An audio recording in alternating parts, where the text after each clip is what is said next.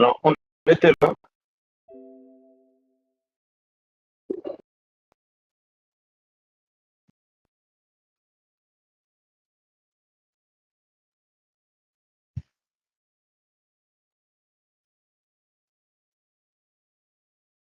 Et donc, je vous rappelle que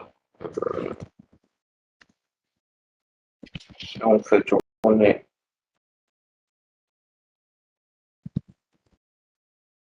notre programme, on était arrivé là et on était capable de chercher des livres à partir de la bibliothèque clé.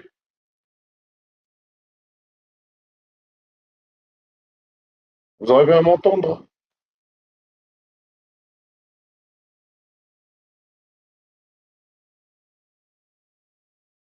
Parfait.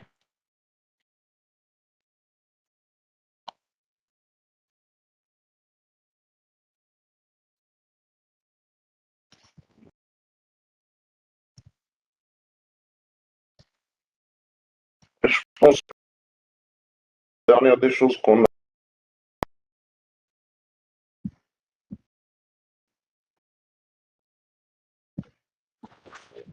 Alors, pour être plus productif, je vais passer à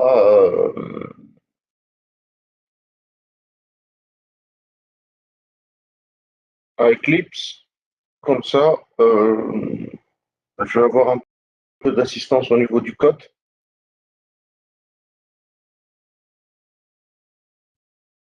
Donc ici, je vais créer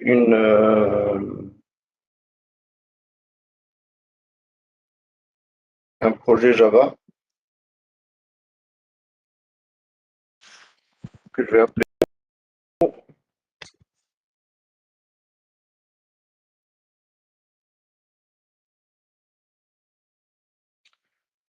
Et donc dans Biblio, je vais reprendre cette.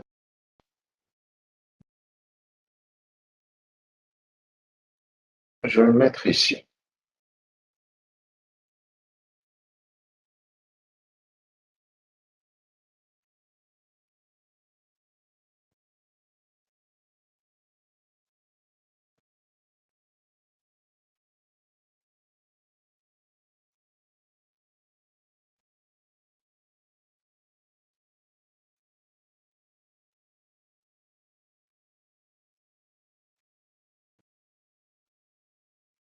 Alors,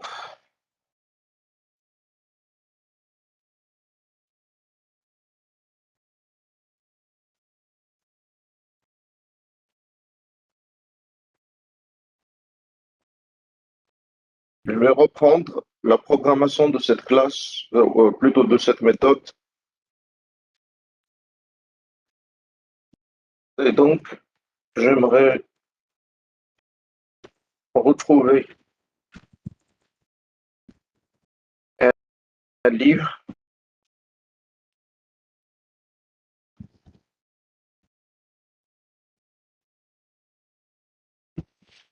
à travers un string JSBN.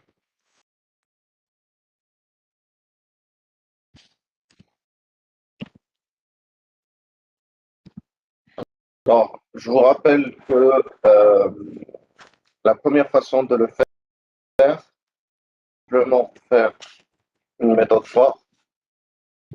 Je vais parcourir l'ensemble des livres que j'ai.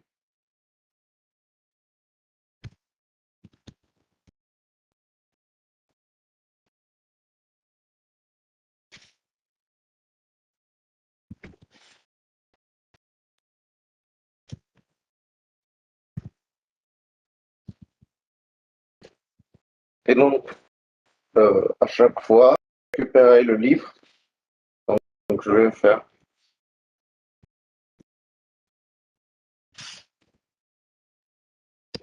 Donc, si celui-là,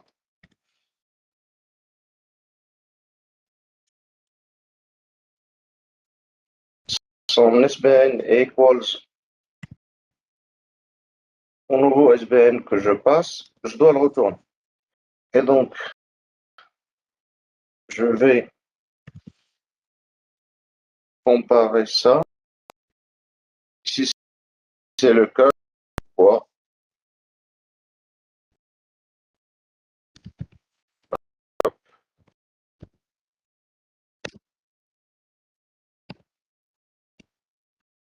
Le livre en question.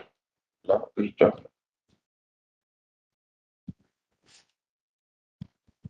livre en question. Sinon, ça veut dire que je ne l'ai pas trouvé et je dois retourner nul. C'est ça ou pas?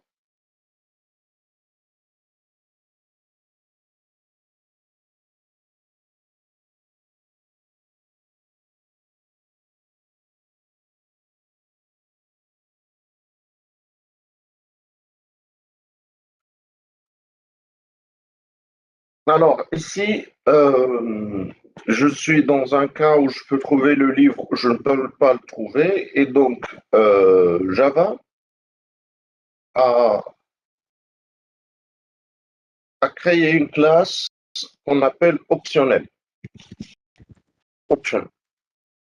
Donc, la classe option, c'est une classe paramétrée et qui peut soit retourner le livre, soit retourner nul. Sauf que avec cette classe, euh,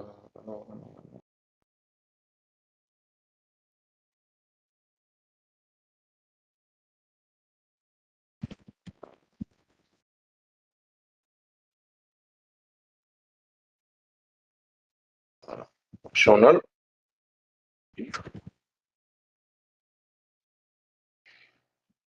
sauf que cette classe, bah, il possède des méthodes.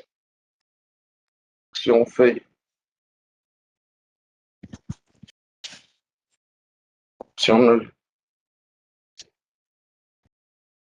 de livre, je vais parler du livre quelconque. Alors, celle-là, il a des méthodes un peu spécifiques pour savoir est-ce qu'elle est petit, ça veut dire est-ce que j'ai un livre ou bien j'ai un nul. Donc, si j'ai un nul, celle-là, il va retourner true. Euh, si j'ai un livre, il va retourner false. Il y a le contraire, il va retourner true si, mais il va retourner false si on a. Il permet d'avoir la méthode get si on a le livre et il peut nous proposer d'autres mécanismes supplémentaires. Si on n'a pas de livre, mais on veut retourner une valeur par défaut, donc un livre par défaut ou autre, donc c'est prévu pour gérer tout simplement les valeurs nulles. Et donc de retourner une classe plutôt que nulle, ce qui pose le problème de pointeur, de l'exception de pointeur nul. Et donc là, on peut faire ça. Euh, et donc, on peut dire que là est égal à nul. Et donc, si c'est le cas, donc je vais faire là div euh, est égal à ça. Div point euh,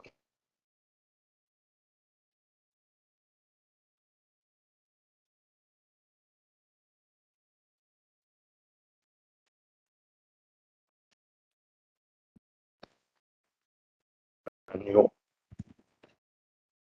optional.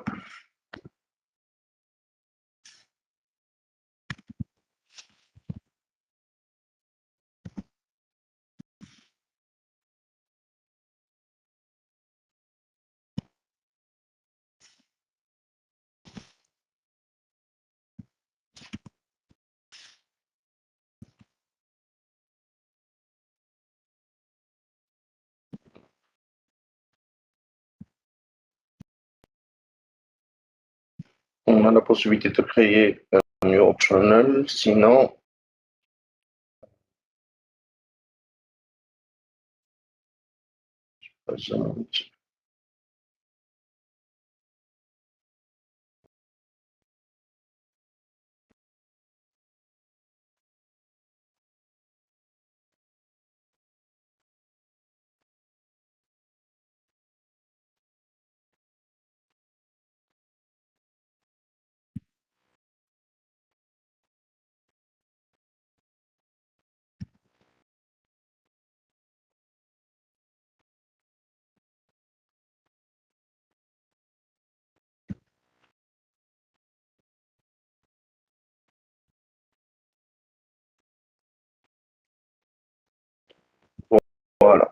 Donc, c'est le Office méthode. Donc, je dois revenir ici et faire optionnel.off de ça. Et ici, retourner quoi?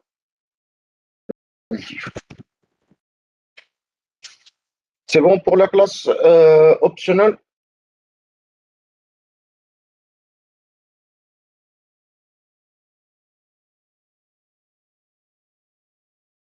Alors, la classe optionnelle, ce qu'il va avoir, c'est que lorsque je vais chercher un livre ici,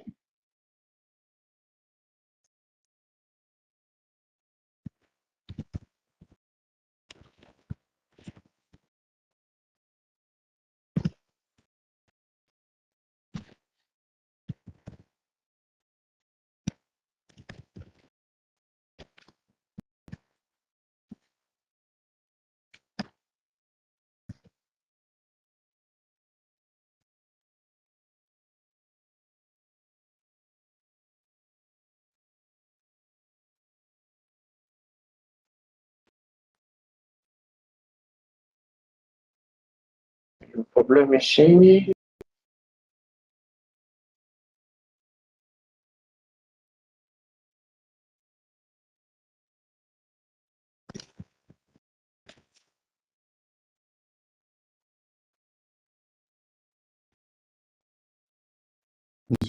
Monsieur, c'est mon Dieu. نشوف هنا فين كنا غالطين ياك. Oui. Alors, si je prends ça,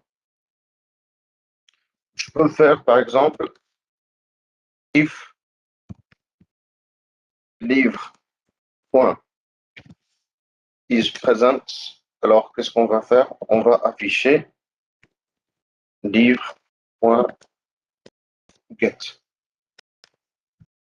Else, ça veut dire qu'on est vide. Alors, on va faire un système.out et on va dire il n'y a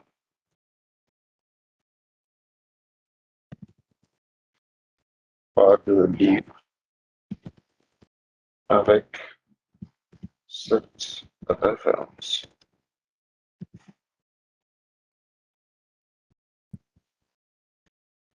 Et donc là, on a la possibilité de tester ce qu'il est présent ou pas, est-ce qu'on a trouvé un livre ou pas, et, et donc de retourner soit false, soit true. Donc je vais le faire exécuter. Alors là, il s'agit d'une application Java.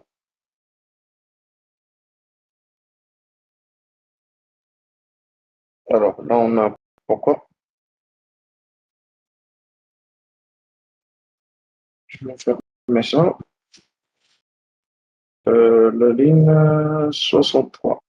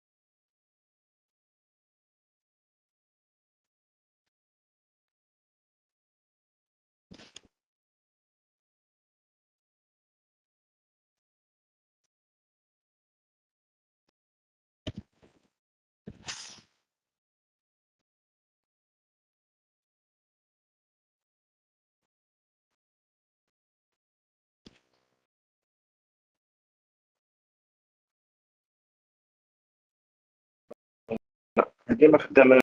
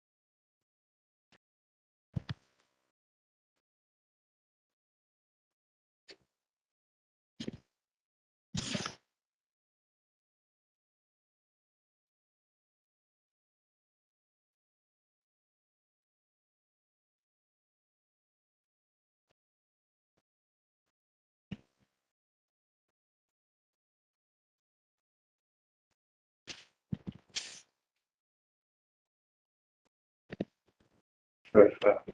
Je pense que ça va être mieux. Là, voilà. Je n'ai pas besoin de le construire. Laissons le système le construire lui-même. Alors,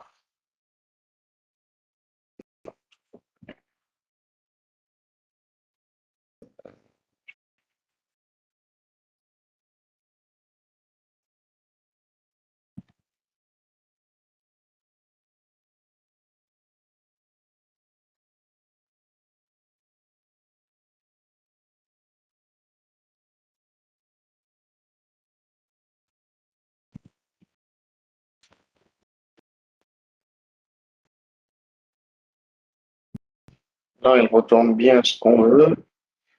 Et lorsqu'on lui donne quelque chose,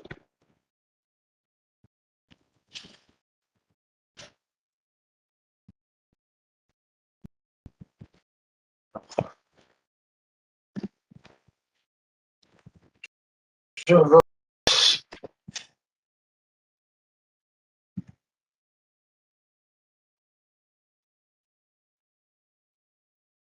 Alors, c'est la case.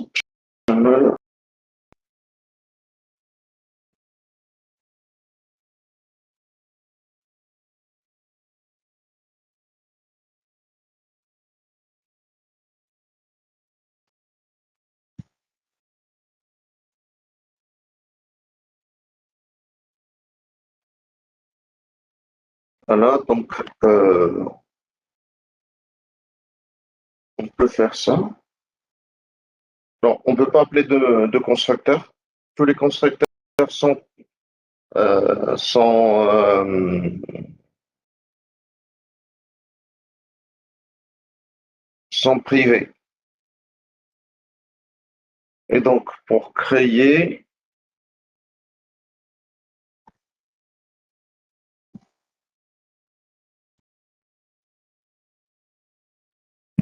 on a ça.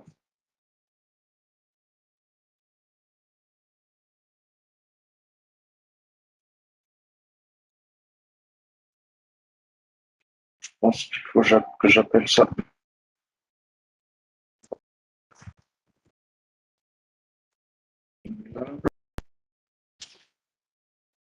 Euh,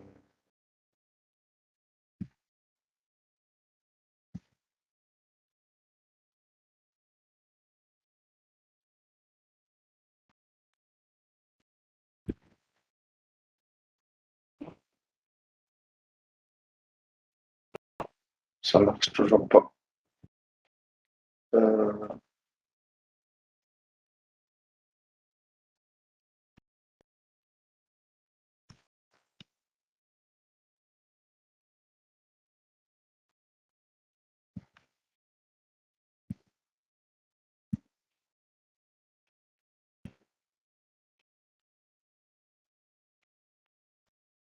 et je vais faire livre L égale à nul.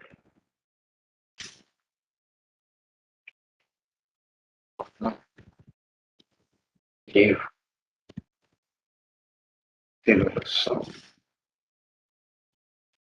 Et, euh, et ici, je vais retourner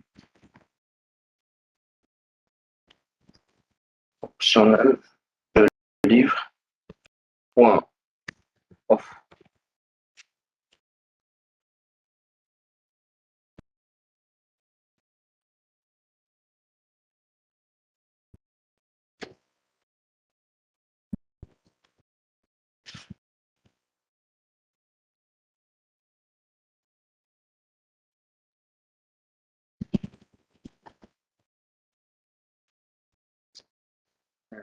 De,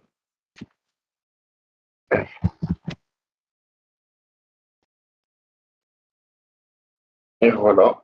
Ici, il n'y a pas de référence. Sinon, si on lui donne un 2.4,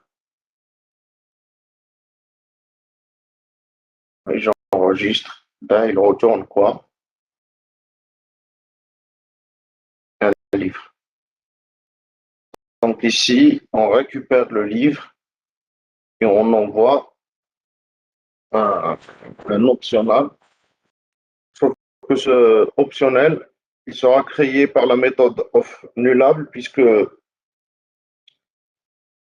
la classe optionnelle n'a pas de constructeur. On ne peut pas appeler un constructeur. Tous les constructeurs, ils sont.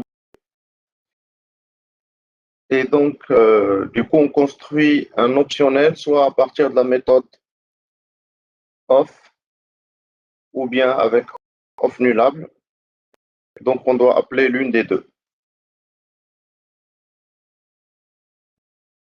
Alors, ça, c'est possible. Maintenant, on peut améliorer tout ça. Euh, comment? Je vais réécrire cette méthode, mais en utilisant les streams.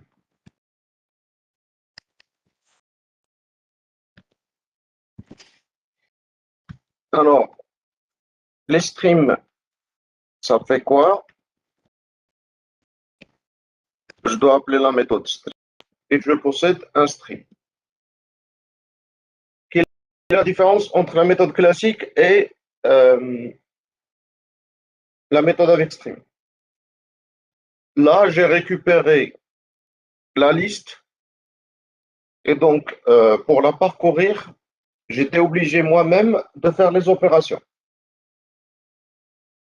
Mais j'ai récupéré pas un seul élément, mais l'ensemble des éléments. Donc, c'est la même chose qu'on fait lorsqu'on veut passer un examen.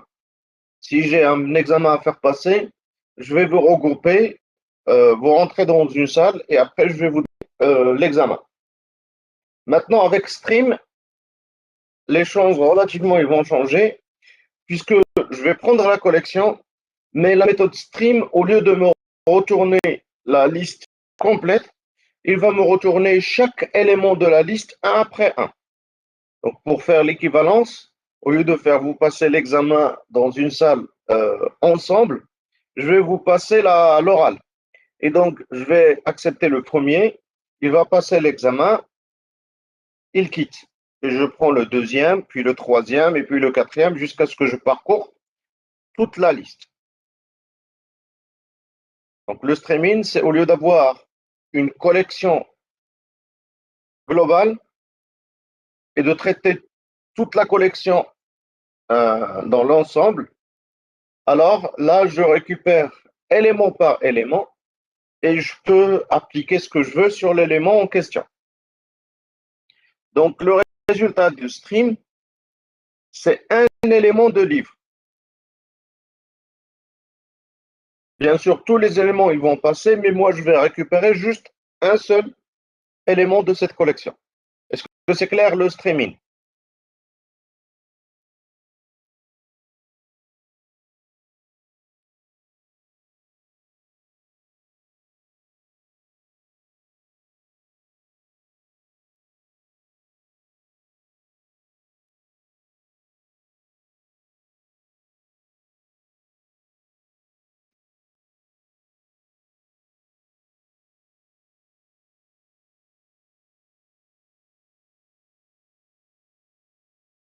Alors, en fait, le streaming, c'est au lieu que je vous regroupe ensemble pour faire passer un examen, je vais récupérer élément par élément et je vais commencer à vous poser les questions. Donc, au résultat, c'est la même chose, sauf qu'au niveau de la méthode, elle est différente. Donc, dans le premier, je récupère toute la classe et après, je dois voir ce que je dois faire avec ces classes.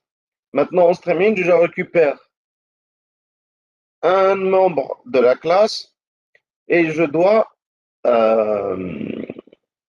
lui subir toutes les questions, l'examen que je veux et à la fin, voir est-ce que je vais le garder ou je veux euh, en fait ne pas le garder. Ici, je ne touche pas à la liste, contrairement à là. Là, je peux toucher à la liste. Là, la liste, en quelque sorte, est protégée. Et donc, qu'est-ce que je peux faire avec cette liste? Je peux encore la collecter. Je peux retrouver ma collection. Et donc, pour trouver ma collection, je dois lui dire sous quelle forme. Et donc là, on a plusieurs méthodes pour ça. ToSet, ToMap, ToList, ainsi de suite.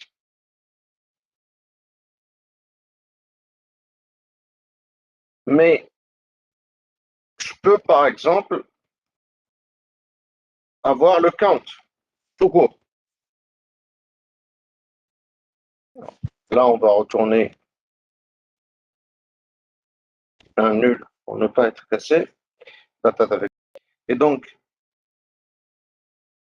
ici, je vais retourner une valeur. Donc, si je pose ça,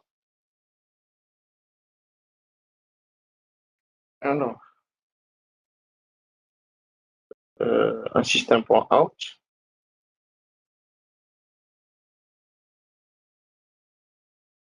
je veux qu'il soit en couleur.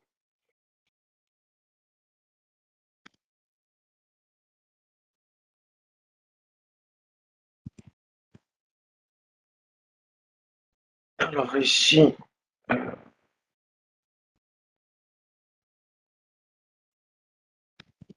je vais faire un optionnel.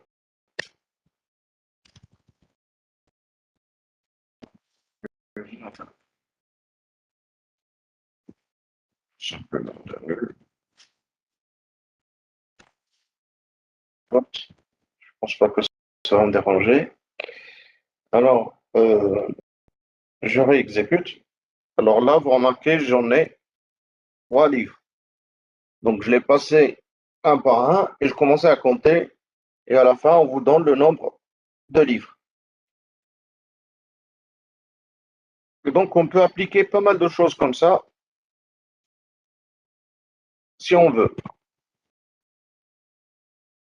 Alors, ce qui est intéressant dans le streaming, c'est que je peux appliquer sur ma collection tout un tas d'opérations successives. Et donc, on est dans une autre approche de programmation, c'est ce qu'on appelle la programmation fonctionnelle, contrairement à la programmation procédurale qu'on fait maintenant. Il a l'avantage d'être plus rapide et plus expressif. Mais pour le moment, imaginez que je veux filtrer les livres ici. Donc, il y a une méthode parmi les méthodes ici qui s'appelle filtre. Alors, filtre, il nécessite quoi? Un prédicat. Donc, je dois créer mon prédicat là-dessus. Alors, je vais faire tout simplement .count.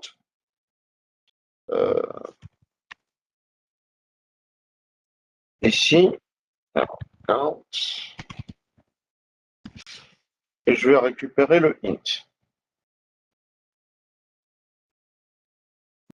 que je vais afficher là. Alors, j'en ai besoin de quoi? Besoin d'un prédicat. Alors, qu'est-ce que c'est un prédicat? Si je reviens à mon API Java 8, on a une classe qui s'appelle, ici, prédicat, on va trouver là, elle est là. Alors, prédicat, je vais prendre celle-là qui est, c'est une interface. Et je dois créer moi-même la classe. Et donc, la méthode que je devrais définir, il s'appelle test. Donc, du coup, on va un prédicat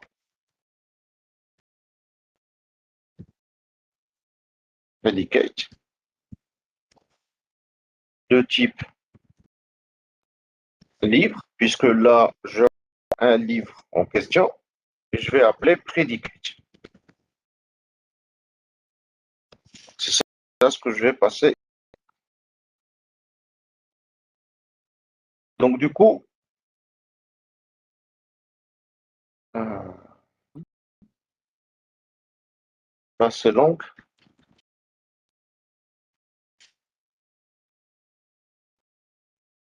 Alors, il va me dire qu'il faut l'initialiser. Bon. Maintenant, toute la question, c'est comment créer une telle objet. Le problème, c'est qu'on n'a pas la classe predicate. Je dois créer ce predicate. Vous êtes bien d'accord avec moi?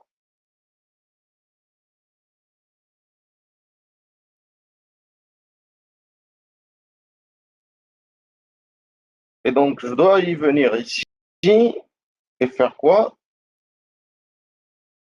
Créer une classe. Je vais appeler filtre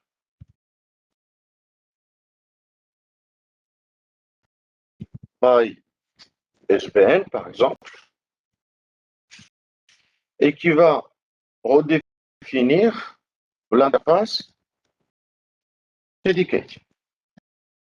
Donc là, predicate de livre. Donc, j'ai la classe, et puisqu'il devrait implémenter predicate livre, il doit redéfinir la méthode test de livre. Et donc, je vais avoir un livre et je dois dire est-ce que ce livre, il correspond à mon filtre ou pas. Donc, mon livre,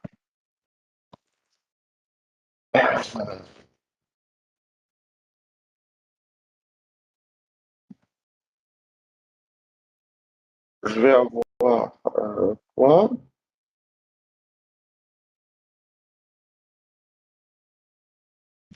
Voilà un livre. Une seconde. Euh,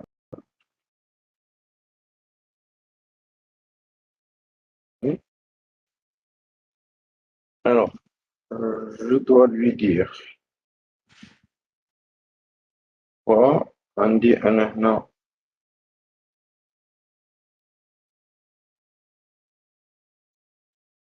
médicament,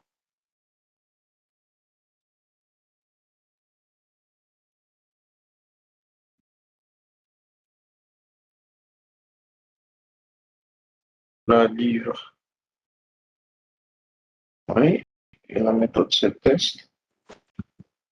J'ai loupé quelque chose. C'est bien ça. Ce qui me manque, c'est le paramètre.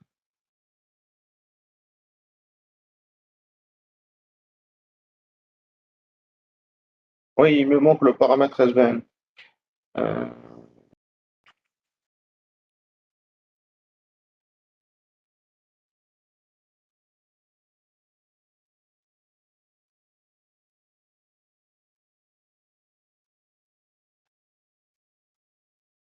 Qu'est-ce que je vais lui donner?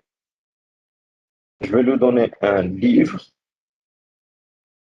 c'est ça. Et il doit me retourner est-ce que le livre est bon ou pas. Sauf que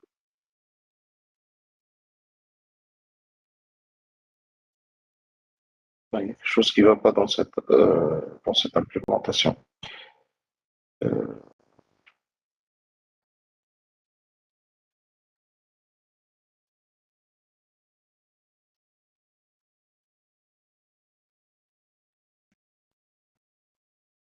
alors,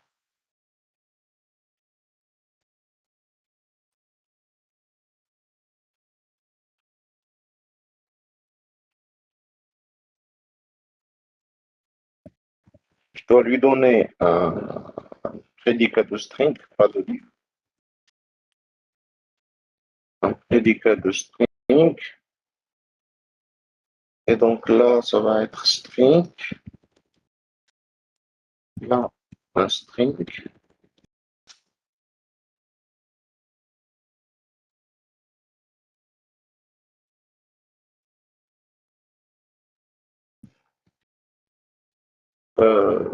non, c'est pas ça.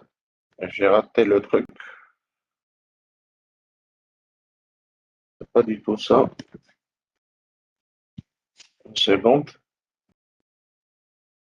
Alors, j'ai la méthode filtre et je dois filtrer par rapport.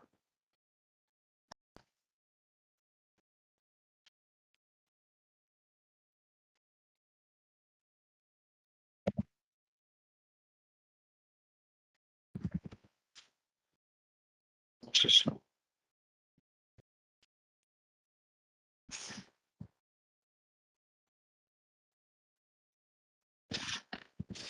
Ok, on va le faire autrement.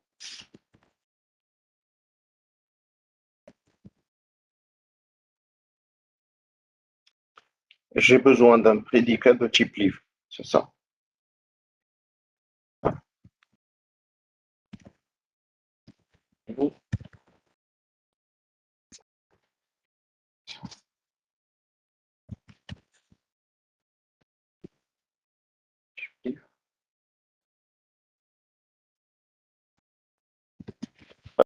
Alors, attends,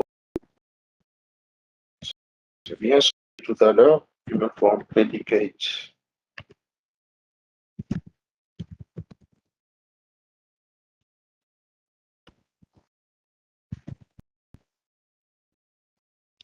Predicate de type livre. Je vais appeler predicate.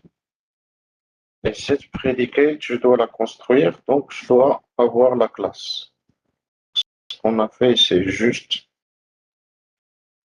euh,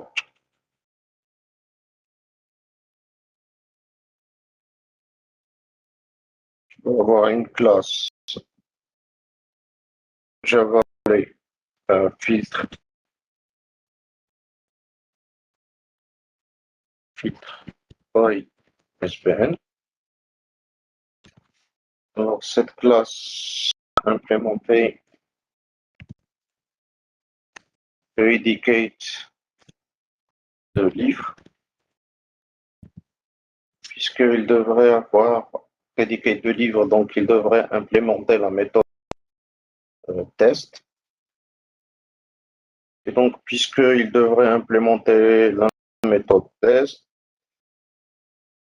on devrait avoir, est-ce que le t.getSBN.equals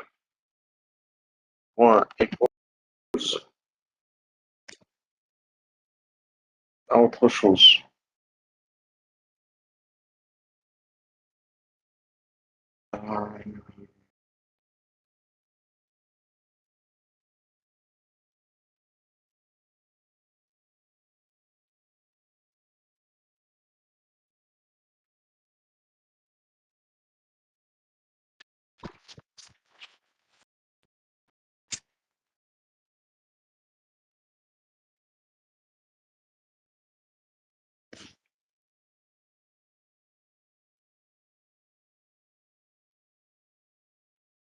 Mais il nous faut le paramètre.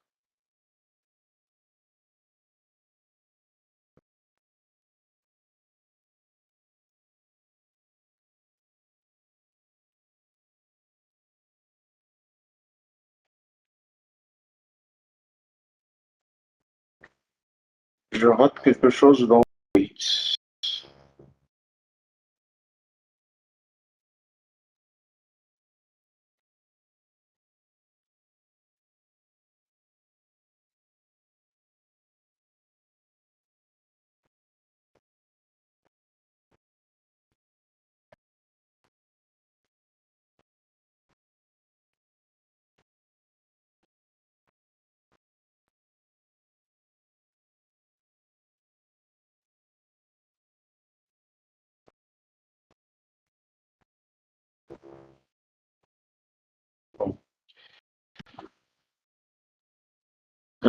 Ça,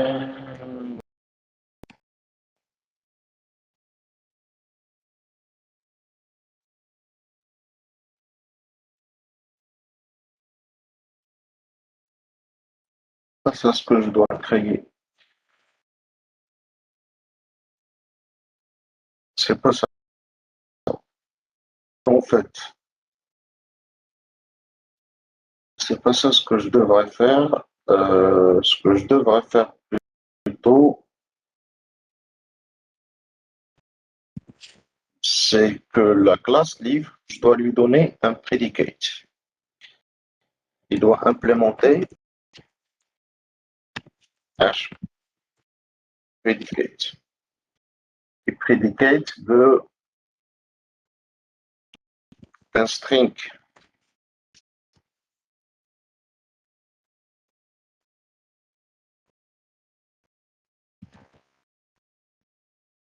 Et donc, du coup, ici, je vais lui dire 10 point get sbn point equals at. C'est ça ce que je veux. Et donc ici, dans le filtre, je vais prendre L point, et alors,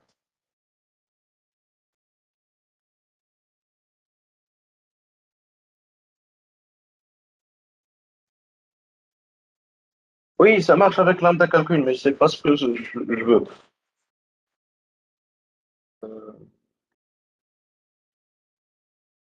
Alors, ce que L point, point test.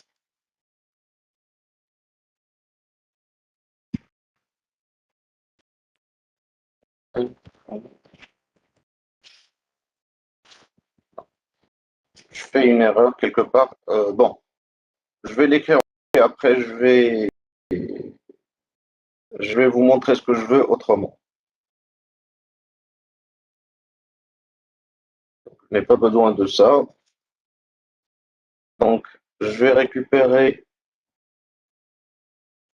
ici un livre.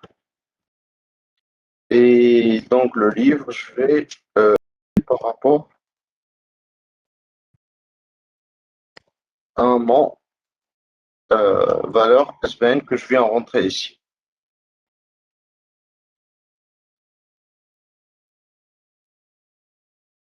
Donc, c'est ça. Sauf que c'est pas ce que je veux et je vais vous montrer ça autrement. Comme ça, on va le faire mieux. Alors, je vais créer un projet. Je vais l'appeler Functional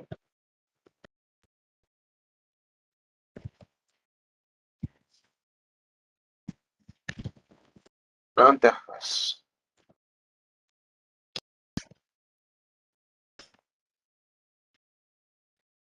Alors, qu'est-ce que c'est un Functional Interface?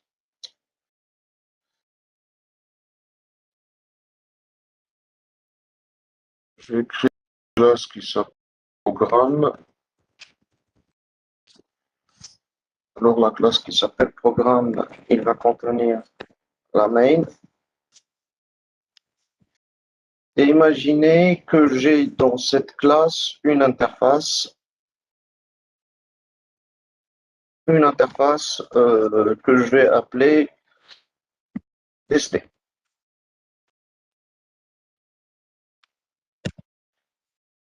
Alors, dans la classe tester, je vais mettre une seule méthode non définie, donc public. Booléen, tester, je donne un paramètre.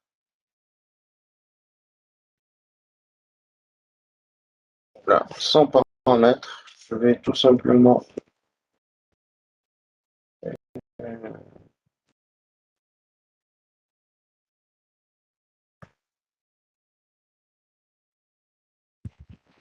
Je vais le laisser dans un point. Comme ça. Alors, cette interface, ben, il a quoi? Il a une seule méthode qui est test. Alors, le test, alors cette interface, c'est ce qu'on appelle functional interface. Et donc, je peux la noter avec une annotation décoratrice qui s'appelle functional interface. Pourquoi ça? Parce que si je la, j'essaie de définir une autre méthode,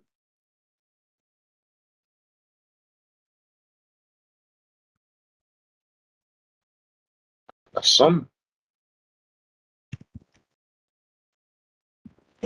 alors, vous allez remarquer que je vais avoir quoi? Une erreur. Donc, cette annotation, il va m'aider à toujours respecter la notion d'interface fonctionnelle, à savoir qu'il n'y a qu'une seule méthode non définie. Donc, si je mets celle-là en commentaire, j'ai une fonction, j'ai une interface fonctionnelle. Si je mets celle-là en commentaire, j'ai une fonction, une interface fonctionnelle. Si je supprime celle-là et je garde ça, ben, je n'ai plus une fonction interface, une interface fonctionnelle. Et donc, du coup, on obtient une erreur au niveau euh, de la compilation bien avant de l'avoir au niveau de l'exécution. Parce que si on ne la note pas, on n'aura pas d'erreur proprement dite. Or, ce qu'on va faire par la suite ne va pas correspondre à ce qu'on veut. Alors, je vais garder cette méthode-là. Maintenant, si je veux utiliser cette classe testée, donc je dois créer un objet de type testé. Et donc, le problème, c'est comment je peux créer là l'objet. Donc, j'ai besoin d'une classe qui implémente ça. Donc, je dois créer une classe que je vais appeler tester implement. Alors, la classe, puisqu'il devrait implémenter l'interface,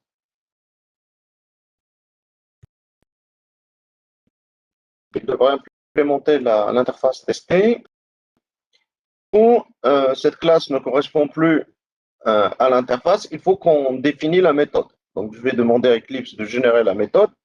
Et ici, j'ai ma méthode. Donc, ici, je peux, par exemple, faire un système.out et de dire coucou tout simplement. Comme vous remarquez, j'ai mis un contenu simple pour ne pas se casser la tête avec le contenu, mais juste avec la fonction et la classe qui implémente ça. Maintenant, dans mon programme, je peux faire new, quoi, tester implement, et je peux appeler la méthode que j'ai déjà développée, tester. Donc, si j'exécute ça, je vais obtenir mon cours. Donc, si je crée une deuxième implémentation,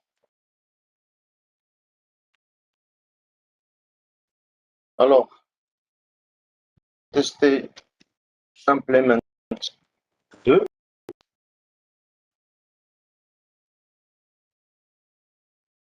qui va hériter de l'interface testée.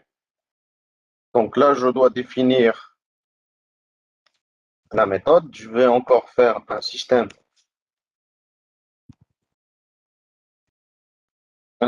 erreur et je vais afficher pour.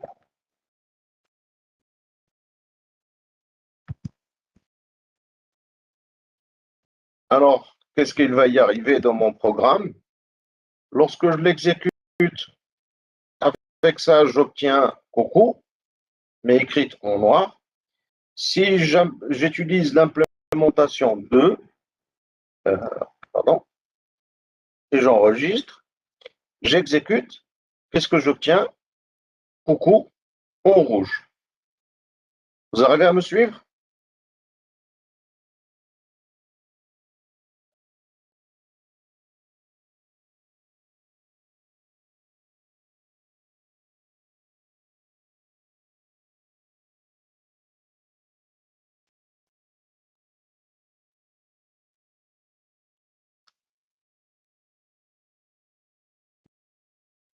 Parfait. Et donc, comme vous remarquez, à chaque fois que je veux quelque chose, je dois créer une nouvelle classe, rien que pour implémenter la méthode testée. Alors, Java, il a prévu ce genre de cas avec ce qu'on appelle les méthodes internes. Alors, qu'est-ce que c'est les méthodes internes? Les méthodes internes, c'est qu'au lieu de créer des classes ici et que je vais avoir une multiplication de classes et à chaque fois, parce que j'ai changé quelque chose dans ma définition de la classe testée, dans la méthode testée, je dois redéfinir une nouvelle classe. Je vais le faire ici à l'intérieur du code. Et donc, cette classe, il sera créé, généré à partir du code directement. Et donc, comment je vais faire? Je vais lui dire, j'aimerais avoir implémenté new testé. Sauf que tester, c'est une interface et non pas une classe. Donc, il n'a pas la définition de ça, tenu qui est là. Et donc, qu'est-ce qu'il me propose Java? Il me propose de définir le corps de la classe. Et donc, dans le corps de la classe, je dois définir la méthode de l'interface. Et donc, ici, je devrais avoir quoi? Une méthode avec la même signature. Donc, autrement dit, ici, je devrais avoir une méthode avec la même signature. Et là, vous remarquez que je n'ai plus d'erreur. Lorsque je vais exécuter, je ne vais rien obtenir parce que là, je n'ai rien fait. Mais si j'ajoute un system.out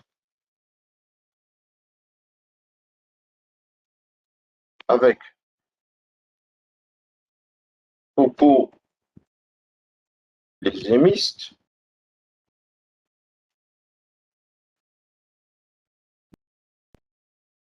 et je fais exécuter, on va remarquer que j'ai Coco les émistes. Donc, au lieu de une méthode ici,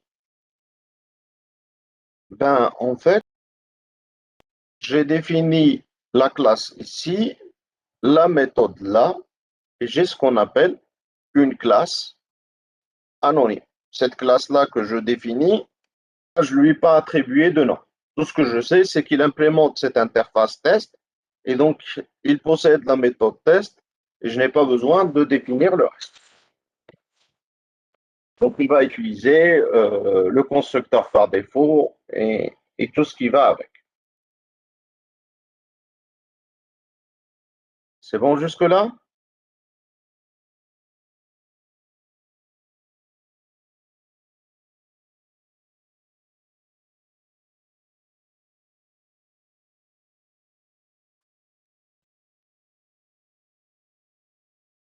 Qu'est-ce que tu n'as pas compris, moi?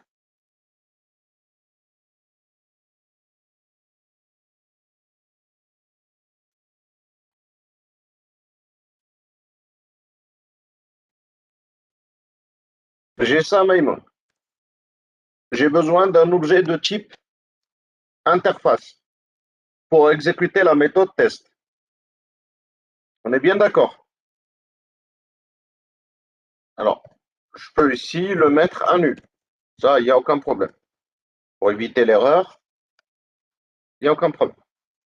Sauf que si j'appelle ça, je vais obtenir un pointeur nul. Exception nul pointer. Pourquoi? Parce que j'appelle une méthode sur un objet qui est nul. Donc, je dois créer un objet. Pour créer un objet, je dois développer une méthode. Je dois développer, pardon, une classe.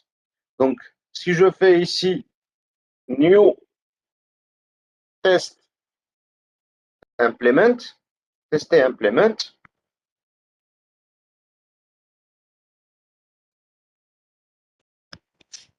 remarquez, ça va marcher et je vais obtenir coucou. Si j'utilise une deuxième implémentation et j'exécute, je vais obtenir ici coucou vers erreur, obtenir quoi? Coucou en rouge et non pas en vert. C'est bon jusque-là?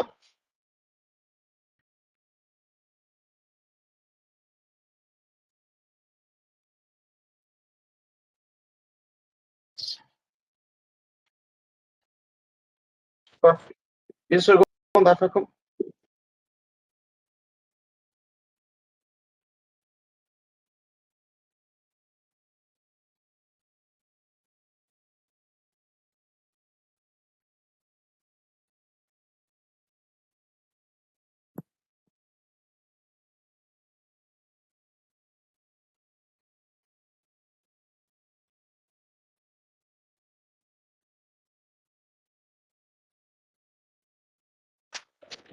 derrière le bab, Afakum. C'est bon, Maimoun?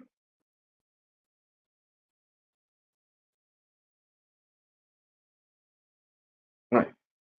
Combien de façons on peut avoir une telle classe? Je peux là avoir des centaines de classes.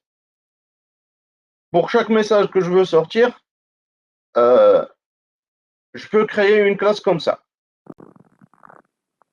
Imaginez que j'ai une liste et je veux la trier. J'ai la liste des étudiants. Un étudiant, il a le SBL, le nom, le prénom, la date de naissance, lieu de naissance et je ne sais pas quoi. Il a 8 attributs. De combien de façons je peux le trier?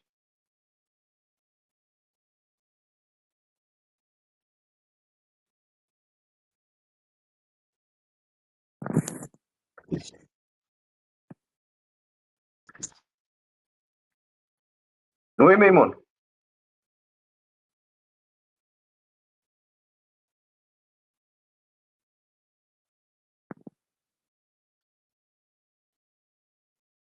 Pas pour chaque attribut. Pour chaque attribut, est-ce que je veux croissant ou décroissant? Et après, je peux passer au filtre, plutôt le tri par plusieurs attributs. Si ces deux-là, ils sont égaux, je dois tester ces deux-là, machin truc. Et donc, je peux avoir une infinité de possibilités de tri. C'est une composition, c'est n à la puissance n. Ou n à la puissance n-1 pour être plus précis. Donc, je vais avoir des centaines, ou la dit de méthodes ici, rien que pour, maintenant, si je dois faire les filtres, je dois filtrer par ou. Donc, on serait obligé de créer une infinité de méthodes, de classes. Or, toutes ces classes-là ne sont pas des classes métiers proprement dites. C'est des classes que je vais utiliser pour des choses pointuées. Si la même classe ou le même test, le même filtre, je vais le faire plusieurs fois, à plusieurs endroits, oui, il y aura intérêt à écrire la classe ici. Mais si je vais l'utiliser qu'une seule fois, alors je pense pas que ça va être judicieux de créer la classe comme ça. Vous êtes d'accord avec moi?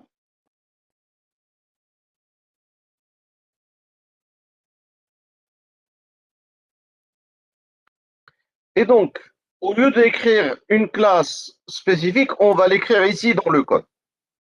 On va écrire ça dans le code.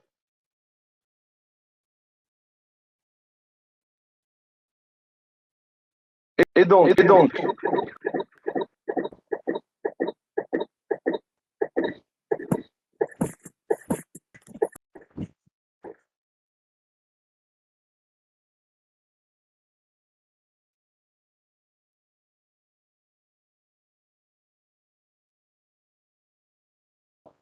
donc, je dois créer la classe, je vais la définir, la classe, ici.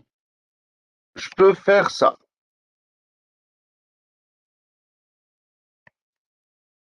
Remarquez. Je peux faire ici, classe, tester implement 3, qui va implémenter tester. Hein. Et donc, on devrait implémenter l'interface test. Donc, public aurélien test. Alors, je dois la méthode en avec majuscule, puisque je l'ai mis en majuscule dans l'interface. Si je dois, non, c'est pas, on a dit ici, voilà. Et ici, je dois faire quelque chose. Par exemple, je peux faire un out bonjour. Et donc, il y a ici, au lieu de faire ça, je dois faire ça. Alors, je vais ajouter statique. C'est juste que la main est statique, donc tout ce qu'il devrait manipuler devrait être. Donc, j'ai ajouté statique ici. Donc, qu'est-ce qu'on obtient ici? Une troisième implémentation. Et donc, lorsque je vais exécuter, j'en ai bonjour ici. Alors, cette classe-là, comme tu as remarqué, tu oublies le mot-clé statique, hein, mais comme tu l'as remarqué, on ne l'a pas mis dans un fichier ici, on l'a mis à l'intérieur d'une classe. Alors ça, c'est ce qu'on appelle les classes inner. Les inner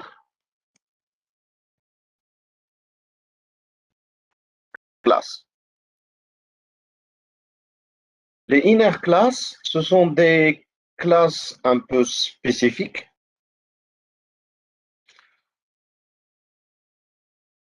Au sens que, remarque,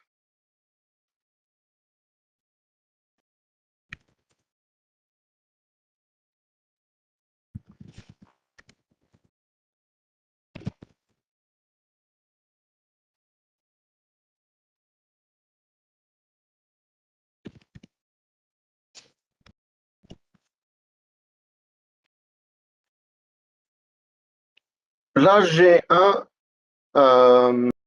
un objet statique. Ça va? Est-ce que j'ai un objet privé? Comment je peux le manipuler par une classe quelconque?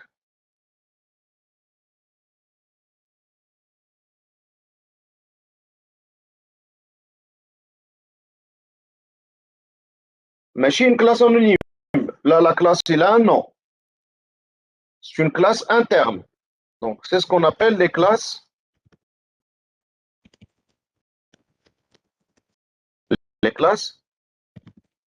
internes.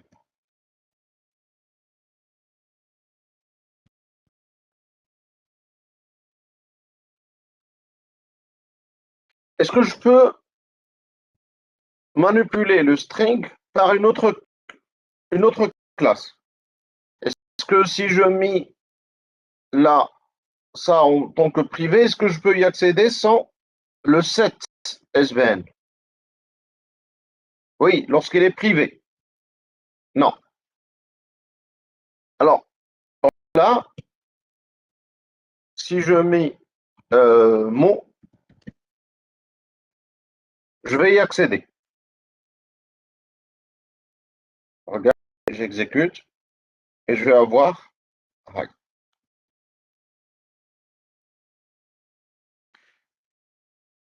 Je vais faire un autre truc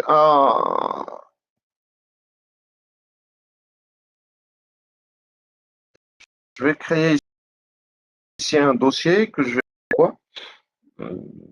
Classe et classe interne.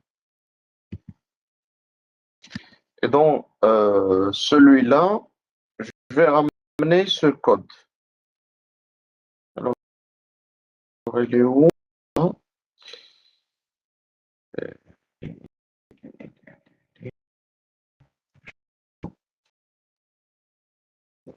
Ici.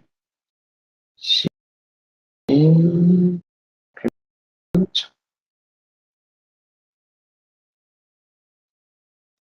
C'est plutôt ça. Ici. On l'a fait dans quel projet? Interface fonctionnelle. Et donc, je vais récupérer ça et ça. Je devrais les mettre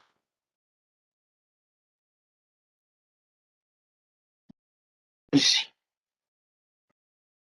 Regarde ce qui va y arriver. C'est des classes internes. Donc, ici, j'ai que deux programmes Java. Maintenant, si je fais Java C programme et j'exécutais, ça se compile. Qu'est-ce que je devrais obtenir à Memon si je fais ça? Là, j'ai compilé. J'ai compilé, j'ai pas exécuté. J'ai compilé. C'est normal les classes qui vont être dues à la compilation de ça.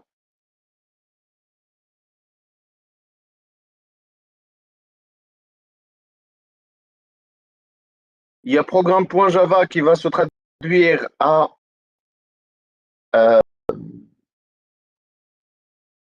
à programme.classe. Il y a test.java qui va se traduire à test.classe. Vous êtes bien d'accord avec moi?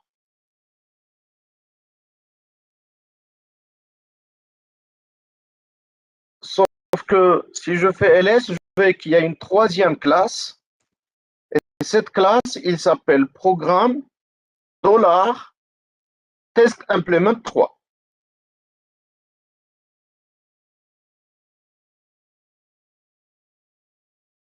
C'est la classe interne. Cette classe-là n'est pas accessible en dehors d'IL programme. C'est programme qu'il possède. Et dans programme, j'en ai un de la classe, mais un de la classe en même temps, il peut accéder même aux attributs privés du programme.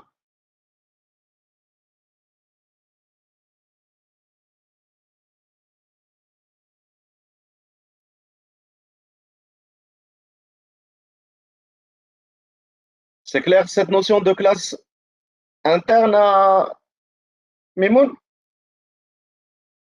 Ah. Donc, les classes internes, au lieu de les définir en dehors de la classe, remarque, si on le fait ici, alors, Ashradegolina, le mot n'est plus accessible. Il n'y a pas le mot. Bon.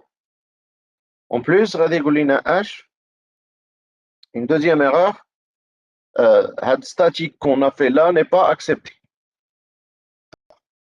Mais là, le mot n'est pas accepté. Alors, غادي نديروها على l'autre copie. Je sais pas qu'est-ce qui va y arriver euh, la compilation. Je vais prendre ça.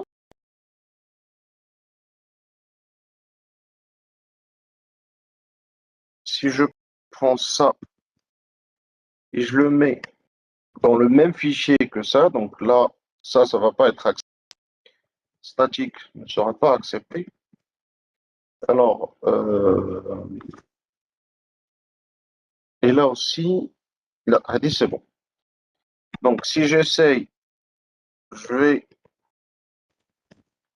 supprimer tout ce qui est point classe.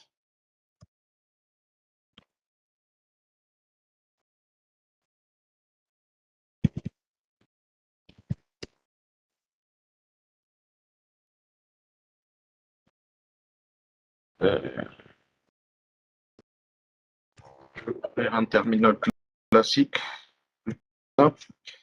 Alors, T2 points, c'était biblio, machine biblio, c'est plutôt state class interne. Voilà. Maintenant, si je fais dire, je vais trouver qu'il y a les points classe. Je vais faire delete étoile point classe. Alors, delete.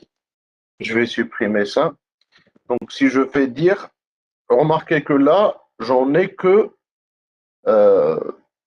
deux fichiers.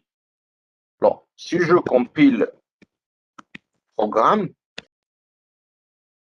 je vais avoir le problème de mots à l'intérieur de test implement 3. Donc là, c'est normal, il n'y en est pas.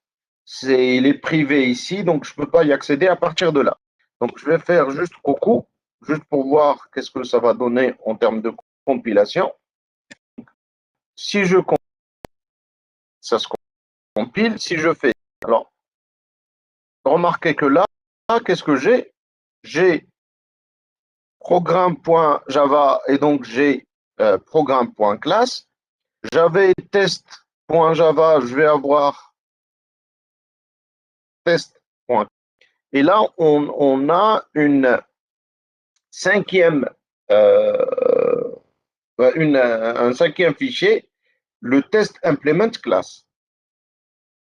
Et donc ici, celle-là, c'est une classe, et celle-là, on a une autre. Même s'ils sont dans le même fichier, il n'y a aucun problème. Je peux faire plusieurs classes dans le même fichier, à condition qu'il y a une qui est publique. Publique, c'est celle-là. Les autres, ils ne devraient pas être publics. Public. Si je mets public ici, alors, remarquez, je vais supprimer encore une fois les points del. J'affiche pour voir qu'il n'y en a que deux. Essayer de compiler. Alors, je vais avoir une erreur. Pourquoi? Il va te dire que la classe test implement 3 est publique et on ne devrait pas mettre une classe publique dans un fichier qui n'a pas le même nom. Donc, si je devrais garder ça public, je dois la mettre dans un appel testimplement.java. Et donc, par contre, si je le public, alors remarquez, donc toujours je garde la compilation dernière. La dernière fois où j'ai compilé, ça n'a pas marché.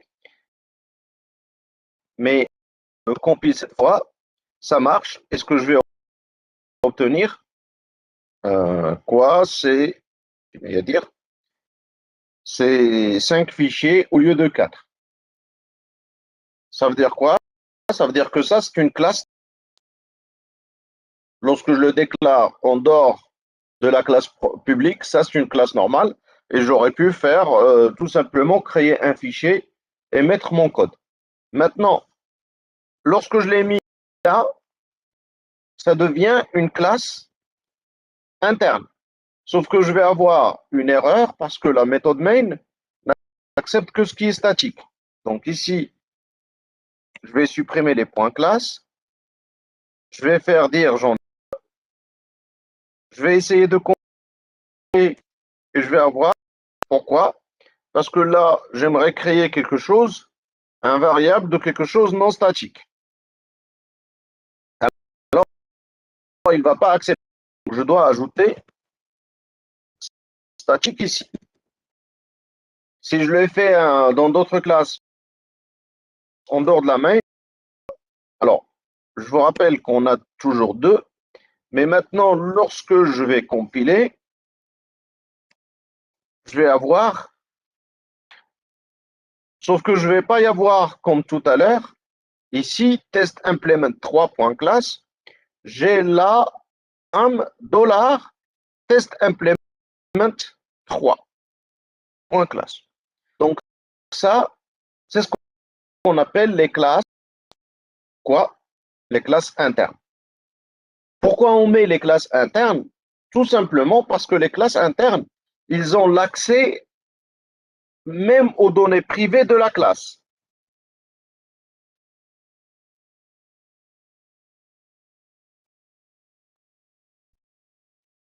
Et donc, je supprime, je compile, ça va se compiler. Si je demande le nom de la classe, je vais trouver. Si j'exécute, Java programme, je vais obtenir. Je change le contenu. Hi,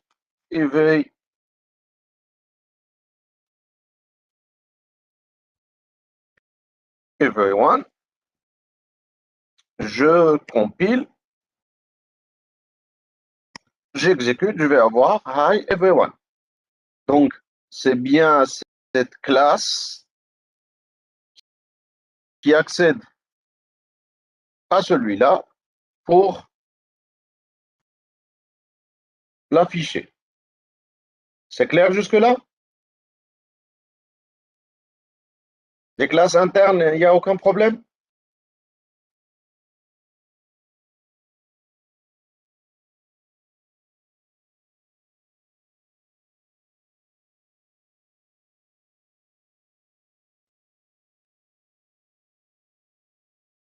Parfait. Maintenant, je peux faire un type particulier des classes internes. C'est ce qu'on appelle les classes locales. Et donc, au lieu de définir ça au niveau de la programme, je peux le faire à l'intérieur de la méthode main. Donc, je vais faire la méthode cat et je vais avoir là, c'est quoi? Cat.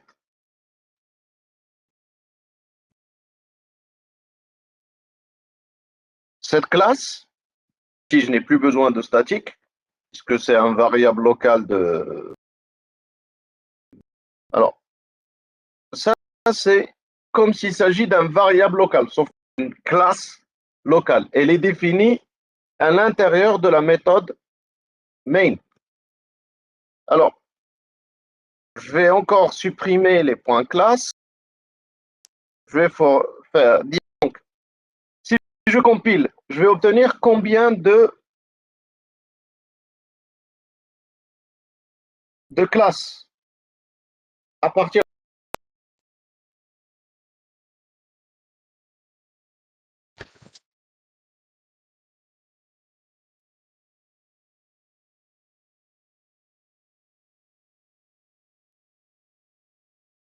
Si je compile ça, je vais obtenir combien de classes?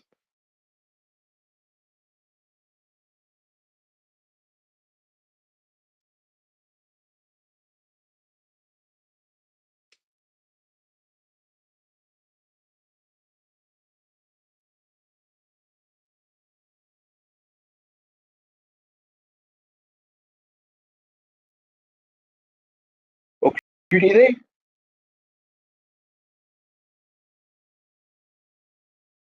Je vais avoir, j'ai la classe ou l'interface test qui va être générée en point classe. j'ai programme qui va être généré à point classe. J'ai la classe interne, et on l'a vu tout à l'heure, et qui va être générée à un point classe. Sauf que maintenant, j'ai une quatrième classe ici. Donc, je vais avoir 4 points test et 2 points Java. Donc, je compile. Rappelez-vous que lorsque j'obtiens juste 2, alors, si je compile, ça marche. Si je mets dire, j'en ai 4 points classe. J'aimerais vous faire attention, je vais zoomer un peu.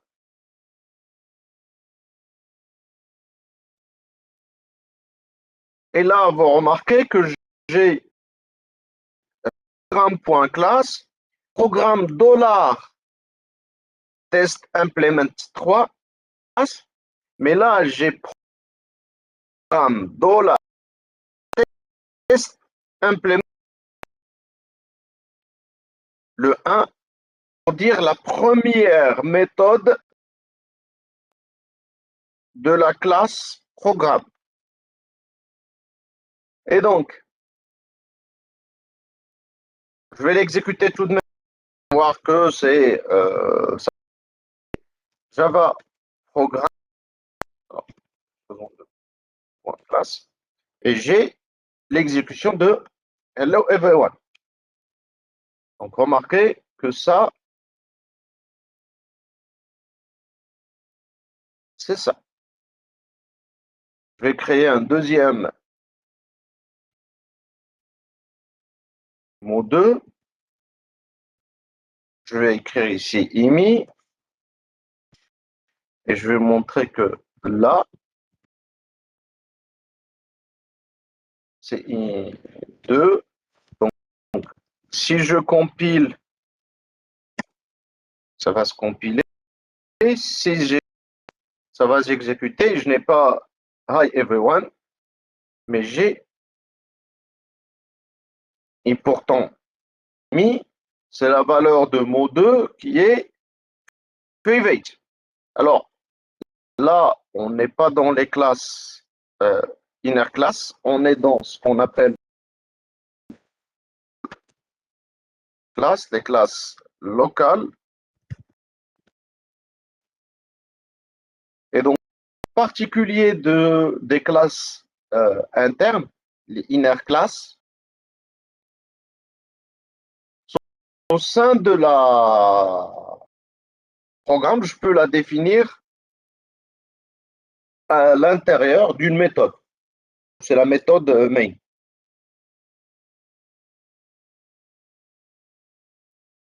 Ça va, vous arrivez à suivre?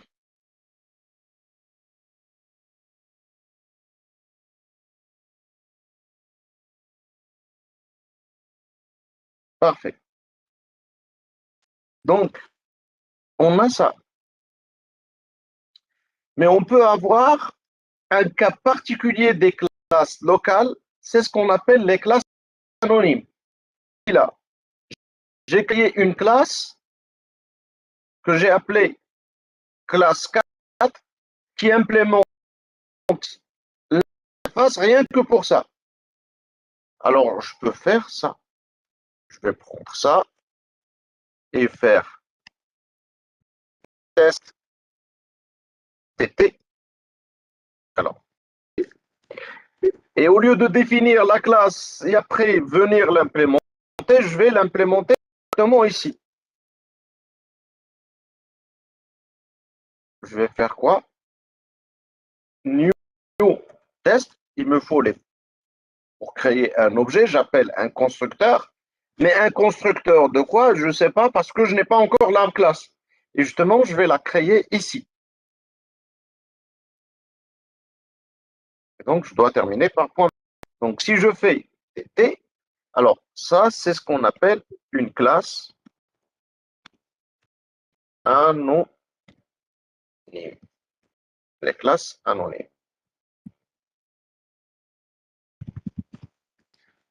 Les Anonymous class. Alors, TT2, J3. Alors, regardez ce qui va y arriver là. Je vais revenir. Voilà. je vais d'abord supprimer les points classe. Vous affichez que vraiment on n'a plus rien, on n'a que 2. Et là, je vais compiler. Alors, combien je vais tenir de classes? Alors, je vais afficher. Remarquez là, j'ai une nouvelle classe. Cette classe, c'est une classe locale de la première méthode de programme, sauf que il n'a pas de nom. Là, celle-là, il a un nom. C'est test implement for. Ici, on n'a pas de mot. Il n'a pas de nom. Et pourtant, voilà, c'est ce qu'on a utilisé là. Donc, c'est cette classe-là. Ça, c'est la classe. Il a le même code que celle-là. La seule différence, c'est qu'on ne l'a pas nommé. On ne lui a pas donné un nom. On n'a pas nommé ça test implement. On a utilisé juste cette syntaxe-là et on l'utilise. Alors, déjà, je vais faire exécuter. Comme ça, on va être sûr que ça tourne. Parce que maintenant, on utilise cette classe. Alors, on va faire exécuter. Voilà, et j'ai émis. Je vais revenir ici. Je vais utiliser un troisième variable privée, rien que pour être sûr qu'on est en train de modifier quelque chose ici. Alors, faire, je ne sais pas, militaire. Midi. Et donc là, je vais appeler 3. Je reviens à mon code. Je vais le recompiler. Alors, j'ai gardé. Remarquez que si je me trompe, il va me l'indiquer.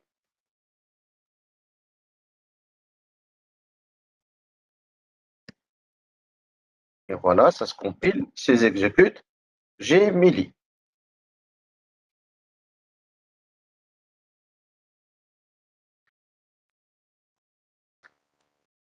Alors, en termes des classes, on a les classes normales. Ce sont les classes qui définissent en classe. On peut mettre plusieurs classes dans la même fichier Java.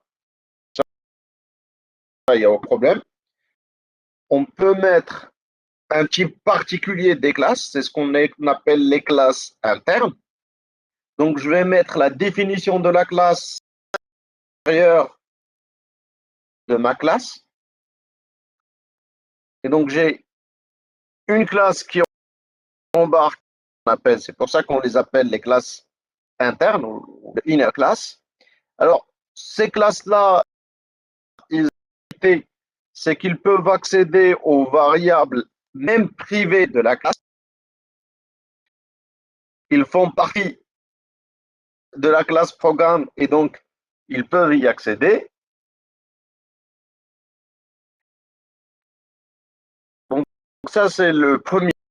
Maintenant, il y a un sous-type des classes internes, c'est ce qu'on appelle les classes locales. Les classes locales, c'est des classes qu'on peut définir à l'intérieur d'une classe, mais cette fois, même à l'intérieur n'importe quelle méthode.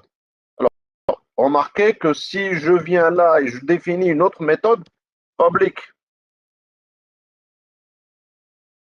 Alors, je vais supprimer le zoom, comme ça je peux taper facilement.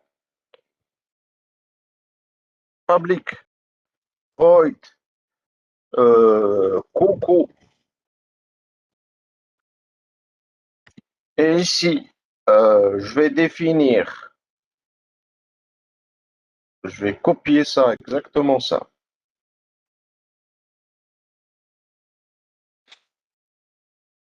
Et le mettre. Alors, bien sûr, ça, maintenant, n'est plus possible. Je le mets en commentaire. Je viens ici et je compile. Alors, je supprime déjà les points classe. J'affiche. Je compile. Et je vais faire dire.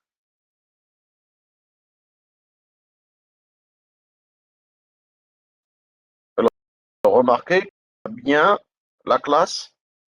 Quoi? La classe interne. Et donc, une classe interne, puisqu'elle est à l'intérieur de programme, sauf que ce n'est plus une classe interne, mais plutôt une locale, puisque définie à l'intérieur de d'une méthode qu'on appelle coucou.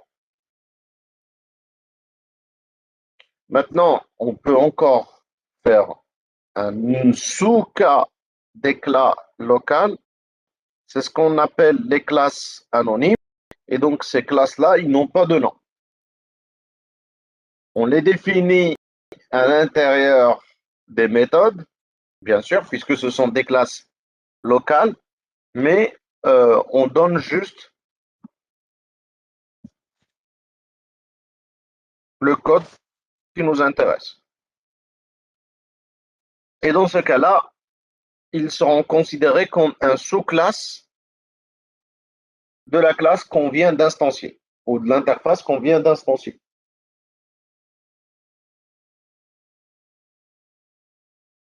Ça va, c'est clair?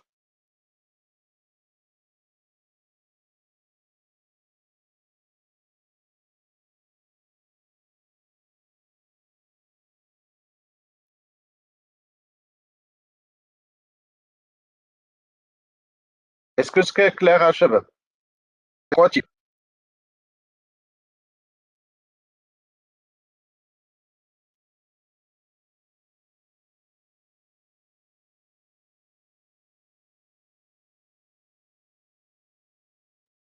Parfait. Donc ça, c'est ce qu'on appelle les classes internes. Alors, je vais vous faire un autre cas où on utilise ça. Alors, en Java, si je prends Java, l'API Java, AWT Event, non, AWT, on a plusieurs types d'événements et un des événements qui va nous intéresser, je pense dans Event, voilà, on a ce qu'on appelle Windows Listener. Alors, cette interface, il va définir quoi? Plusieurs méthodes qu'on devrait appeler une fenêtre. Donc, qu'on peut avoir qui est activée. C'est la méthode qu'on appelle lorsque la fenêtre est activée. On a la méthode qu'on appelle fenêtre et des. On a la méthode qu'on appelle on ouvre une fenêtre. Lorsqu'on minimise une fenêtre, lorsqu'on déminimise une fenêtre, on a les méthodes qu'on appelle lorsqu'on est en train de fermer la fenêtre et la méthode qu'on exécute juste à la fermeture, après la fermeture de la fenêtre. Donc du coup, quiconque manipuler les événements de la fenêtre, il devrait implémenter cette interface et redéfinir ces méthodes-là. Alors, généralement, nous, ce qu'on veut, c'est d'avoir une confirmation. Est-ce que vous voulez vraiment fermer une fenêtre ou pas? Et donc, qu'est-ce qu'on devrait faire? On devrait implémenter ça. Avant de fermer, je vais vous afficher une boîte de dialogue. Est-ce que vous voulez vraiment fermer une fenêtre ou pas? Et si c'est le cas, je vais le fermer. Sinon, je dois annuler l'événement et revenir à la case de départ. On a fait ça en VB plusieurs fois avec dans tous les examens d'ILVB qui ont le genre d'événement. Et donc pour ça, qu'est-ce qu'on a fait? On a créé une, euh, une classe qu'on appelle Windows Adapter. Et où le Windows? Le Windows Adapter, c'est une classe, mais cette classe, il fait l'interface Windows Listener. Donc, il implémente celle-là. Donc, du coup, on a les différentes méthodes d'indiquer. Sauf que le contenu de ces méthodes, il est vide. On a créé un adaptateur juste pour avoir un objet. On n'a pas défini les méthodes. Et donc, qu'est-ce qu'on fait nous? On peut bien sûr, je dois d'abord importer quoi? Le package qui est là.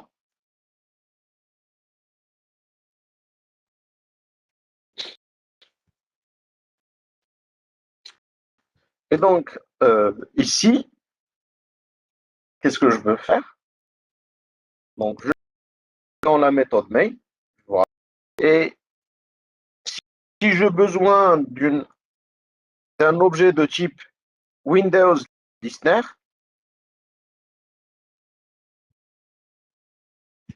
donc Windows Listener, je dois créer une classe qui permet d'implémenter cette interface et de l'appeler. Or, moi, je peux utiliser ce qu'on appelle les classes anonymes pour le faire. Et donc, je peux faire New Windows Listener, entre parenthèses, entre accolades, et je définis, comme on l'a fait pour tester, l'ensemble des méthodes de l'interface. Sauf que ça va me coûter énormément puisque je dois redéfinir l'ensemble des méthodes de Windows Listener. Donc, je dois redéfinir 9 méthodes, alors 2, 4, 6, 7 méthodes, rien que pour ça.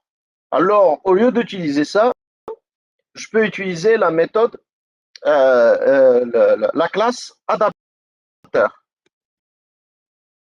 Et donc ici, je vais créer une classe qui n'a et donc il peut redéfinir n'importe quelle méthode parmi ces méthodes-là. Et donc, je peux faire quoi?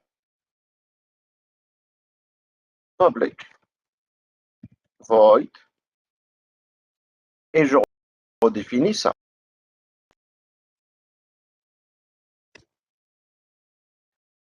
Et ici, je peux faire lorsqu'il est et donc je peux faire un système.out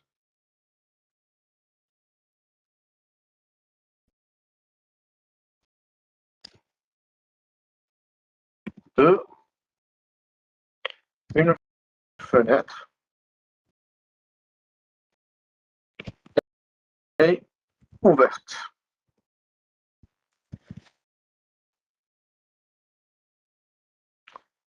Donc là, la classe qu'on va créer, ben, elle hérite de Windows Adapter. Donc c'est héritage. Donc si je alors on a quelque chose qui ne va pas. Alors Oui, c'est normal parce que j'ai pas implémenté le tout, donc ça, je le remplace par étoile. Voilà, ça marche. Et ce que je fais dire, je vais avoir la première classe anonyme, puis la deuxième classe anonyme, c'est exactement celle-là que je viens de créer.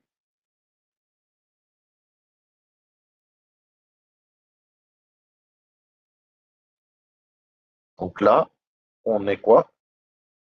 On est dans une classe anonyme, sauf que au lieu d'implémenter une interface, on crée une classe qui hérite d'une autre. Mais c'est le même principe. Alors, je reviens à même programme. Là, c'est une classe interne. Mais pourquoi créer une classe interne? Pourquoi ne pas créer quoi? Une classe anonyme. Et donc ici, qu'est-ce que je vais faire? Tester, entre parenthèses, et remarquez que ici, euh, Eclipse, qu'est-ce qu'il va me proposer? Va me proposer de générer une classe anonyme pour pour moi. Donc voilà, il génère ça. Donc là, je peux lui dire system.out, est-ce que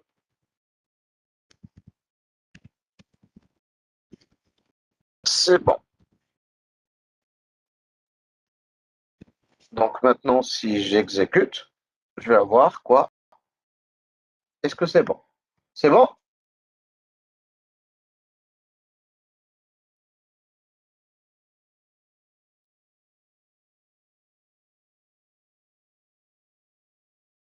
C'est bon ou pas? Oui. Alors, pour vous libérer pour le cours suivant, donc qu'est-ce que je vais faire? Je vais juste faire une petite transformation ici. Donc, j'ai créé une classe qui implémente cette interface, rien que pour ajouter cette ligne-là. Or, moi, je connais la classe, je connais, puisque on parle d'une functional, je connais exactement le nom de méthode. Donc, est-ce que vraiment j'en ai besoin de tout ça? Et donc, la nouvelle façon de faire ça, et donc je n'ai pas besoin de ça, donc j'ai besoin aussi de la fermeture. Et en même temps, je n'ai pas besoin du nom de la classe. Donc tout ça, je le connais bien avant. Et ça, c'est une syntaxe qu'il ne connaît pas Java. Et donc, soit connu, je vais lui dire, je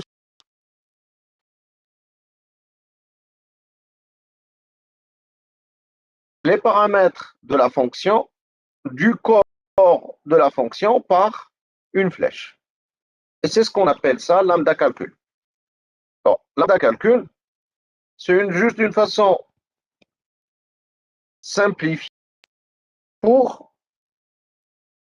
écrire des classes anonymes. À chaque fois qu'on a besoin de certains types de classes anonymes, au lieu de commencer à écrire des centaines de lignes, écrire ça comme ça. Alors, je vais le simplifier encore une fois parce que je n'ai pas besoin de cette accolade ni de ça. Je vais le garder comme ça. Et donc, ça, c'est quoi? C'est une classe anonyme qui va implémenter une méthode définie dans l'interface, puisqu'on va implémenter l'interface testée. Donc, on va redéfinir la méthode testée. Et donc, la méthode testée n'a pas de paramètres. Donc là, on a les parenthèses pour indiquer qu'on n'a pas de paramètres. Et le corps de tester, ça va être ça. Donc, ce qu'on définit, c'est les paramètres et le corps. J'ai remarqué que ça marche.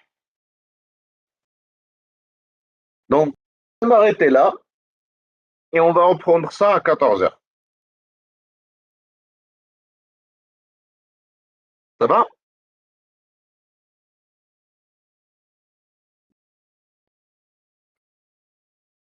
Allez, bonne matinée et bonne semaine.